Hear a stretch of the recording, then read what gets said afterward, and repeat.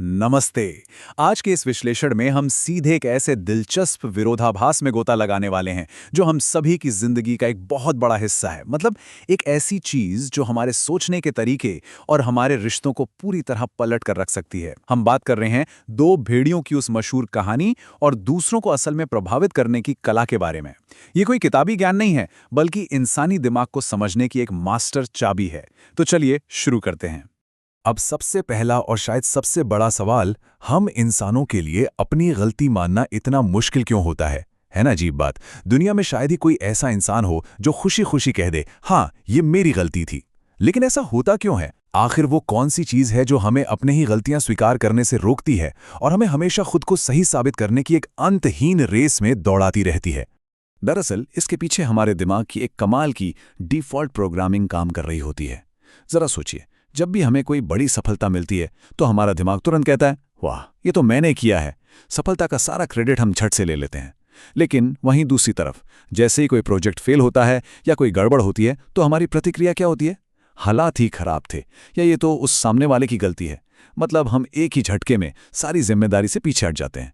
यह हम सबकी एक बहुत ही स्वाभाविक फितरत है। और इस बात का अंदाजा हम इस बात से लगा सकते हैं कि इंसान अपने बचाव में किस हद तक जा सकता है। डेल कार्नेगी की एक बहुत ही मशहूर किताब है how to win friends and influence people. उसमें एक बेहद हैरान करने वाला किस्सा है। एक खतरनाक अपराधी जिसने अनगिनत गंभीर अपराध किए थे, वो भी खुद को गलत नहीं मानता था। उसका कहना था, मेरे दिल में भी प्यार है, मैंने जो किया उसकी कोई वजह थी। अब जरा सोचिए, अगर इतने संगीन अपराध करने वाला शख्स भी अपनी गलतियों को सही ठहरा सकता है, तो फिर हम अपनी रोजमर्रा की छोटी छोटी गलतियों को सही साबित करने के लिए कितना मजबूत डिफेंस बनाते होंगे। तो असल में होता क्या है? एक कड़वा सच ये है कि सीधी आलोचना हमेशा तुरंत एक रक्षात्मक प्रतिक्रिया या कहें डिफेंसिवनेस को जन्म देती है। हम अक्सर सोचते हैं कि भाई किसी को उसकी गलती बताएंगे तो वो सुधर जाएगा।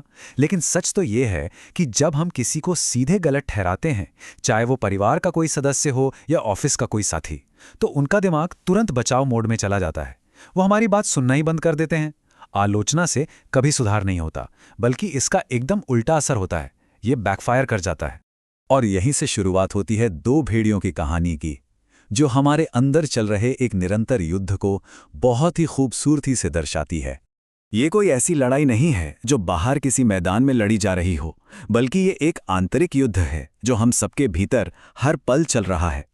एक तरफ है एक पॉजिटिव भेड़िया जो प्रेम, धैर्य, समझदारी और अच्छाई का प्रतीक है। ये वो हिस्सा है जो हमेशा कुछ अच्छा बनाना चाहता है। और दूसरी तरफ है नेगेटिव भेड़िया जो गुस्से, अहंकार, डर और शिकायतों से भरा हुआ है। इन दोनों के बीच हमेशा एक खींचतान मची रहती है। दोनों ही हमारे विचारों पर अपना कब्जा जमाना चाहते हैं। तो अब सवाल ये है, एक बहुत ही रोमांचक सवाल, कि इस भयंकर आंतरिक लड़ाई में आखिर जीतता कौन है? कौन सा भेड़िया बाजी मारता है?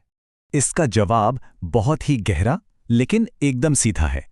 वही भेड़िया जीतता है जिसे सबसे ज्यादा खिलाया पिलाया जाता है। बिल्कुल, हम अपने रोज के कामों, अपने विचारों और अपने शब्दों से जिस भी भेड़िए को ज्यादा खुराक देते हैं, वही अंत में ताकतवर बनकर उभरता है और जीतता है। तो अब ये समझना जरूरी है कि हम अनजाने में उस नकारात्मक भेड़िए को ऐसा क्या खिला रहे हैं जो उसे इतना मजबूत बना रहा है। इसे हम ट्रिपल सी ट्रैप या ट्रिपल सी का जाल कहते हैं। ये ट्रिपल सी क्या है? पहला सी है क्रिटिसाइज, यानी लगातार आलोचना करना। दूसरा कंडेम, यानी दूसरों को नीचा दिखाना या हर बात के लिए उन्हें ही गलत ठहराना। और तीसरा कंप्लेन, यानी बस हमेशा शिकायतें करते रहना। हमें लगता है कि ऐसा करके हम अपनी भड़ास निकाल रहे हैं या सामने वाले को कुछ सिखा रहे हैं, लेकिन असल में होता क्या है, हम सामने वाले को और ज्यादा जिद्दी और नेगेटिव बना रहे होते हैं। हम उनके अंदर के नेगेटिव भेड़िए को जगा रहे होते हैं। और यहाँ एक बहुत ही गहरी और सोचने वाली बात है। हमारे कान हमारे मुंह से सिर्फ कुछ ही इंच की दूरी पर हैं। इसका सीधा सा मतलब यह है कि जब भी हम शिकायत करते हैं या आलोचना करते हैं, तो वो कड़वाहट सबसे पहले हमारे खुद के कानों में जाती है। सामने वाले का नुकसान तो बाद में होगा, हम सबसे पहले अपनी खुद की मानसिक शांति को दांव पर लगा रहे होते हैं। तो इस लगातार शिकायत और आलोचना का अंतिम नतीजा क्या होता है?